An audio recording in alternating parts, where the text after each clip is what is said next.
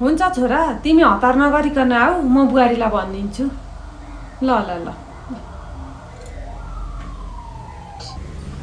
बुहारी। हजुर आमा। छोरा आउन अलिक ढिलो हुने भयो, तिमी नसुतिकन बस है, आएपछि खाना तताएर दिनु। म त सुत्न जान्छु आमा, तपाईँको छोरोको सधैँभरि राति राति ढिलो आउने नाटक भइसक्यो अब त। तिमीले के भन्न खोजेकी हो?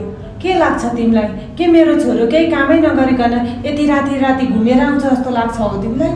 जेसुकै होस् आमा, मलाई मतलब छैन। म भगवान्सँग यही प्रार्थना गर्छु कि अघिल्लो जुनीमा मलाई छोरै मान्छे भएर जन्म दिनुहोस्, केही काम त गर्नु पर्दैन। बुहारी, तिमीलाई मेरो छोरोको जिन्दगी यति सजिलो छ जस्तो लाग्छ? अनि सजिलो नभए के छ त आमा? बिहान उठ, नुहाइधुवाइ गर, खाना खाऊ, अफिस जाऊ, बेलुका आऊ, खाना खाऊ, आराम गर, सुत। त्यहाँभन्दा अरू के काम छ र? काम त अरू केही पनि छैन। अनि बुहारी, तिमी भन त, महिनामा मेरो छोरोले कतिचोटि हामीसँग बसेर खाना खान्छ भनेर? समयमा घरै आउनुहुन्न त के खाना पाउनुहुन्छ त? त्यही चिसै भात खाना पाइन्छ त, होइन र आमा? चिसो खाना पनि बुहारी उसैको भागमा पर्छ जसले चाहिँ आफ्नो परिवारको लागि तातो तातो खानाको इन्तजाम गर्छ। किन नगर्नु त? तपाईँको छोरोलाई कसैले रोकेर राखेको छ र? बरु यो चाहिँ भन्नु न आमा, तपाईँको छोरोलाई कुनै चिजमा सोख छैन भनेर, न लाउनको न खानको। ऊ छोरो मान्छे नै हुन्छ बुहारी जसले चाहिँ दिनरात मेहनत गरेर आफ्नो परिवारको लागि तातो तातो खानाको इन्तजाम गर्छ। तर आफू चिसो खाना खाएर सुते पनि कसैलाई भन्दैन, कसैसँग शिकायत गर्दैन।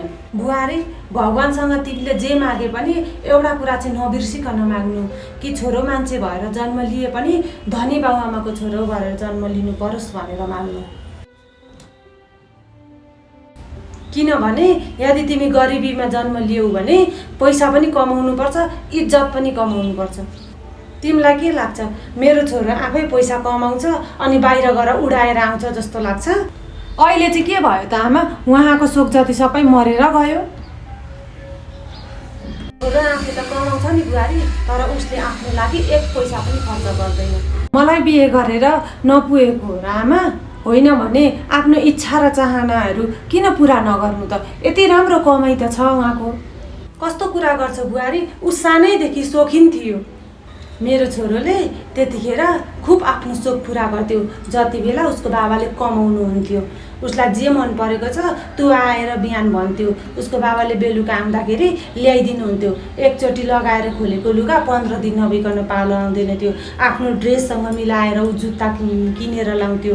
जुन डिजाइनको घडी निस्क्यो त्यो डिजाइनको घडी किनिदिनु पर्थ्यो।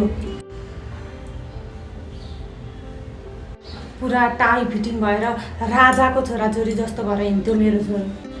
अहिले पनि दराज खोलेर हेर्ने हो भने मेरो छोरोको सामान भरिभरि छ। छोरो मान्छेले यही बुझेको हुन्छ कि आफूले जति सुख सुविधा पाइयोस् त्योभन्दा बढी चाहिँ मेरा छोराछोरीले पाउन् भनेर।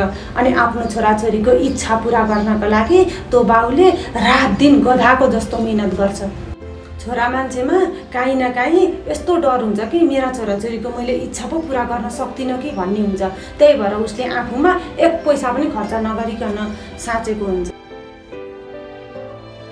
छोरा मान्छेले जति कमाए पनि आफ्नो परिवार र आफ्नो छोराछोरीलाई हेर्छ। त्यही भएर उसँग जति पैसा भए पनि आफूमा खर्च गराउनलाई डराउँछ।